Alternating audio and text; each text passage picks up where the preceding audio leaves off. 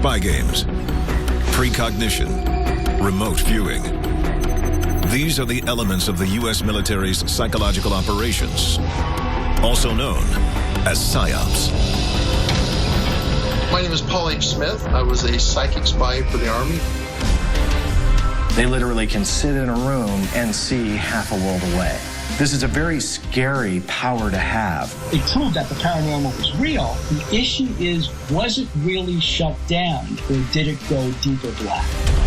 Tonight, we reveal the government's top secret extrasensory research programs. Join us as the conspiracy behind remote viewing is unsealed.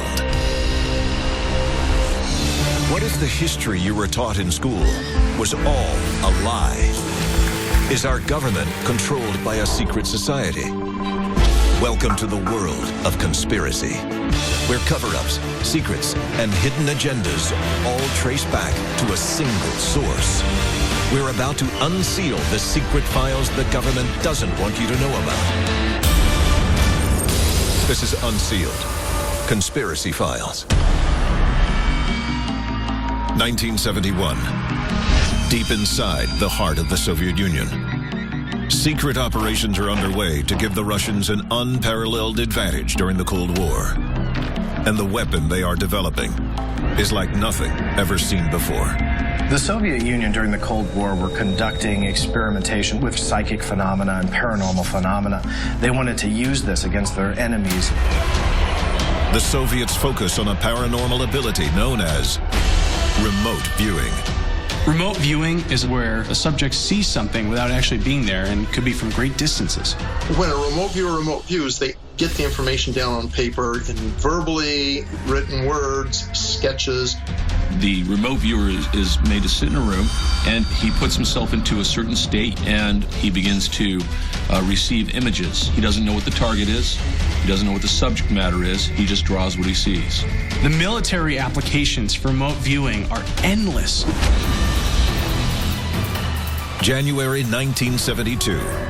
The U.S. Defense Intelligence Agency publishes a report entitled Controlled Offensive Behavior, USSR.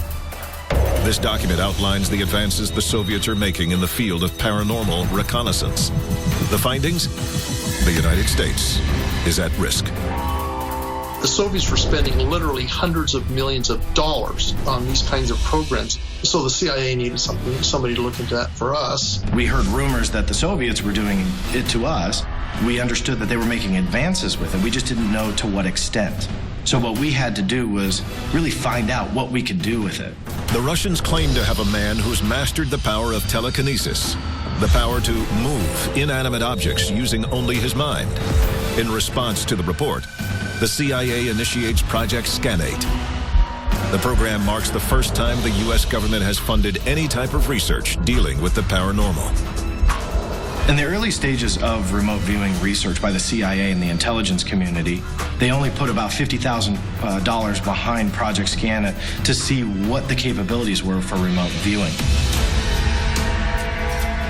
The money went primarily to two men, Hal Puthoff and Russell Targ, at the Stanford Research Institute, better known as SRI. I was working at SRI on lasers, and I had carried out some initial experiments on kind of a lark. I was actually interested in the possible physics behind it. And so I circulated the results from those early experiments around, and pretty soon we were approached by representatives of various government agencies who were interested. Remote viewing started in roughly 1971 when a consciousness researcher and artist in New York named Ingo Swann was doing some experiments with the City College of New York, with the American Society of Psychical Research, and he suggested a new approach to their research, which ultimately he named remote viewing. The CIA found out about this in 1972, and that's when the program began. Swann paired up with Hal Puthoff, and a new era in parapsychology was born. So we started out doing what anyone else would do. We hid things in boxes, we hid pictures in envelopes. And after a few days, he got bored with that, and he said, why are you having me do this? You want to know what's in the box? Open it up. Want to know what's in the envelope? Tear it open. I mean, this is a trivialization of this ability. What I can do is I can close my eyes and see anywhere in the planet. Why don't we look at that? Using just locations on a map, Swan claimed he could view any place on the planet. Frankly, to mollify him, we said, okay, well, we'll do some experiments. How do you want us to do this? And he said, well, just pick coordinates, latitude and longitude off a map, and I'll tell you what's there. And so we got good descriptions of mountains and lakes and so on, and that continued to work, apparently, to a point that we decided maybe there's something to this. Ingo Swan describes the process known as coordinate remote viewing.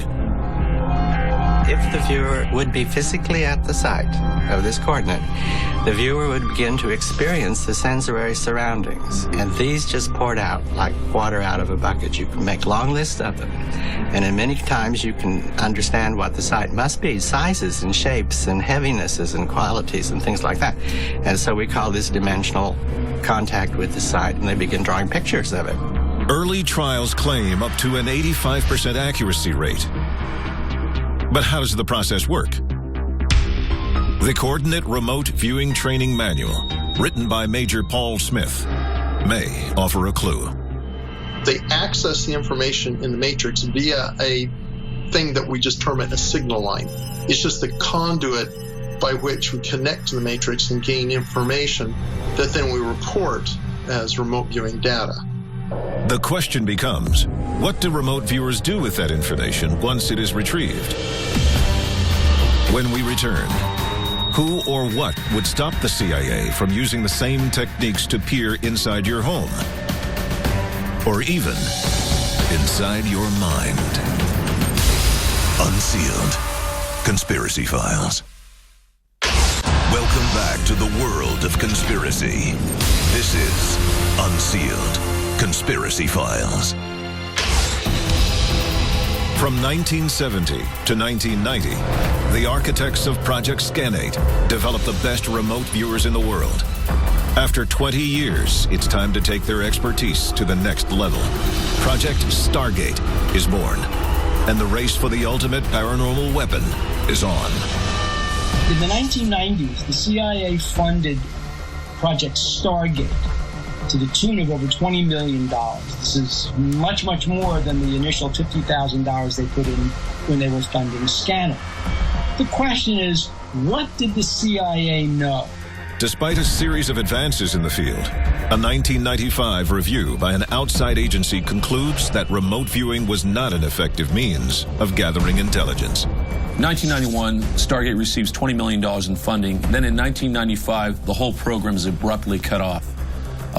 Many people wonder why that happened. Stargate and the other programs were immediately shut down. At least, that's the official story. So why close the program down in 95? Is it because they really weren't getting the results they wanted? Or is it because too many people knew about that project and they decided it was time to continue it underground? Although no one can be certain if the program is still underway, many ponder where this ability came from in the first place. Could it be that humans have a largely untapped ability? Or were we given this gift by a much higher intelligence than our own? Sergeant Mel Riley was a remote viewer for the U.S. Army in the 1970s. The people involved in the unit came from a lot of different disciplines within the intelligence field.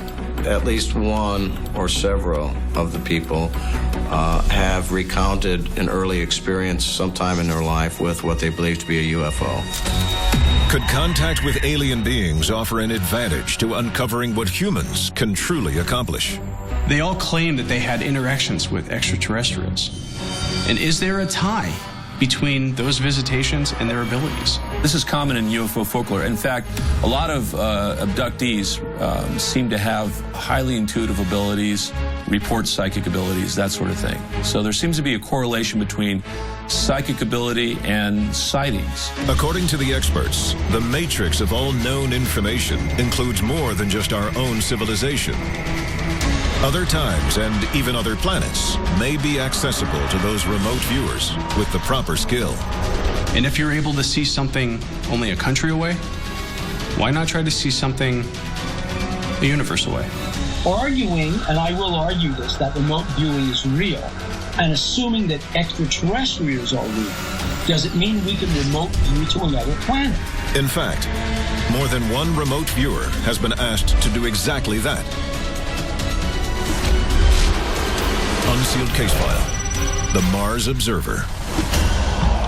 September 25th, 1992.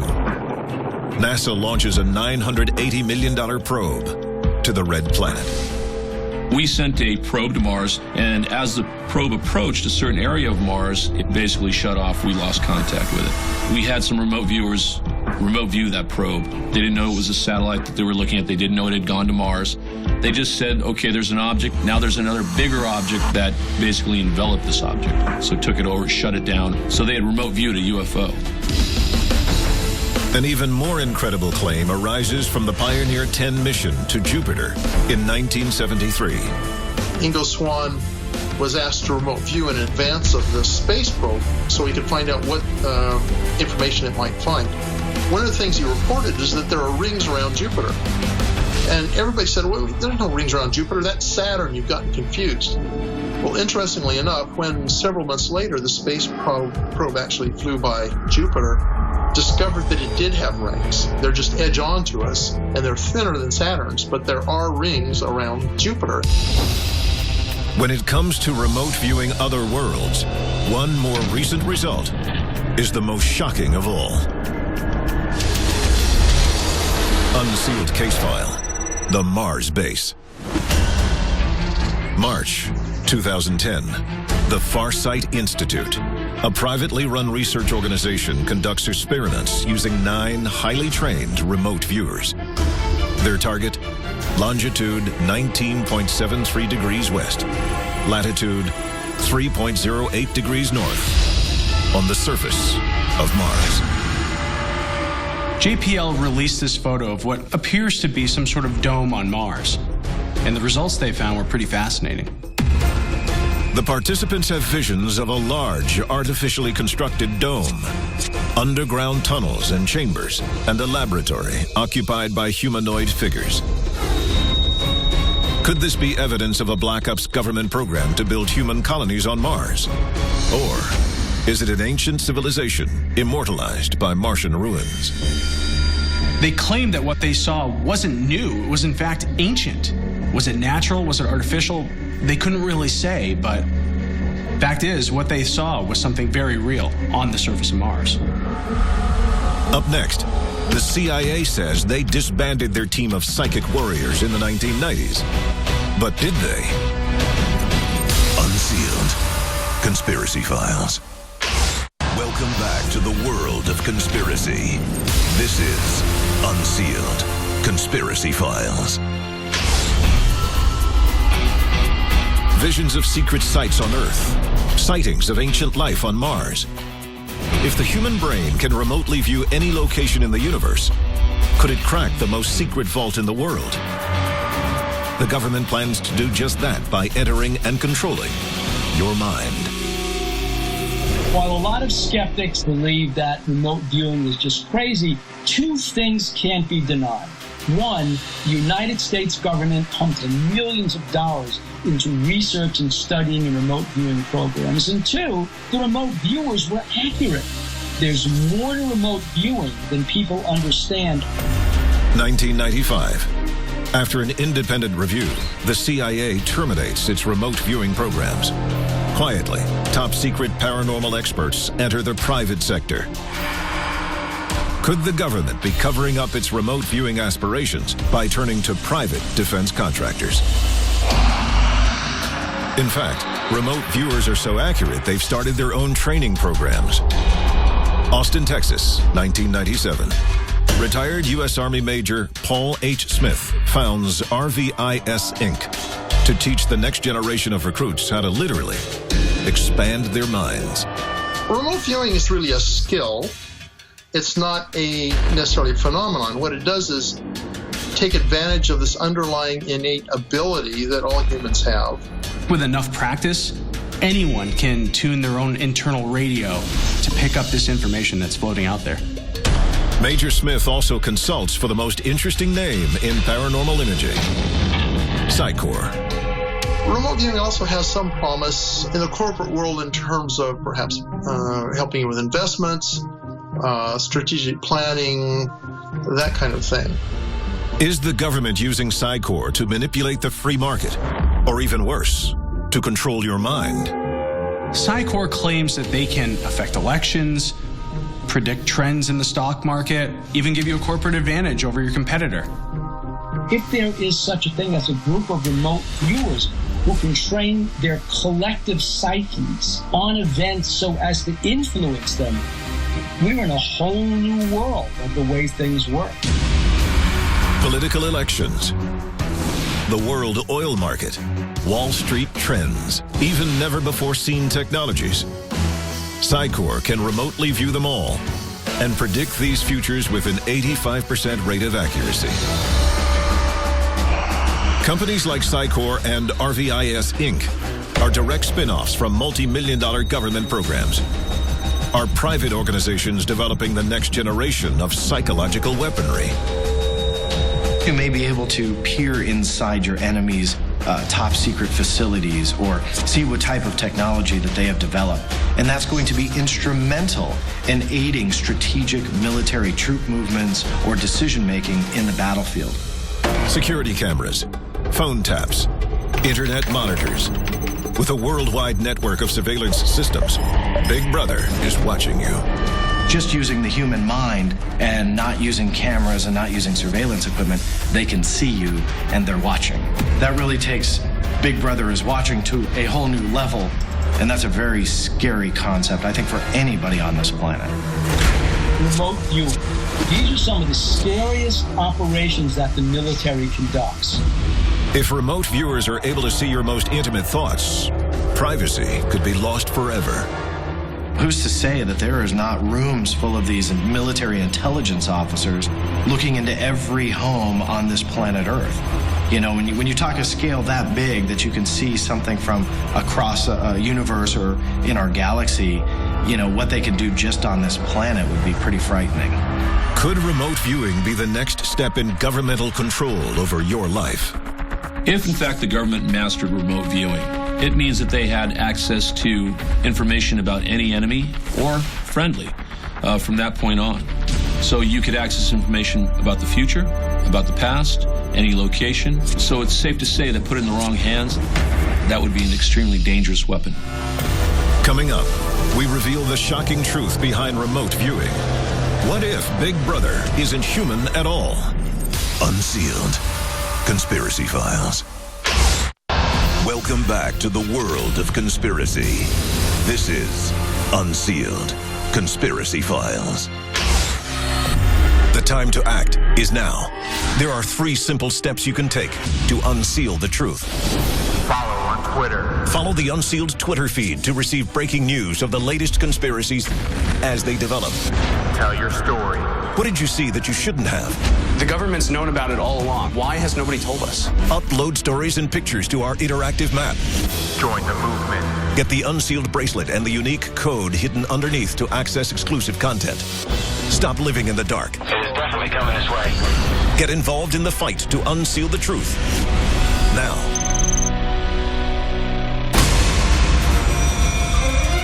If the human brain can access a secret matrix of information to see other worlds, could these worlds be watching us? They all claim that they had interactions with extraterrestrials.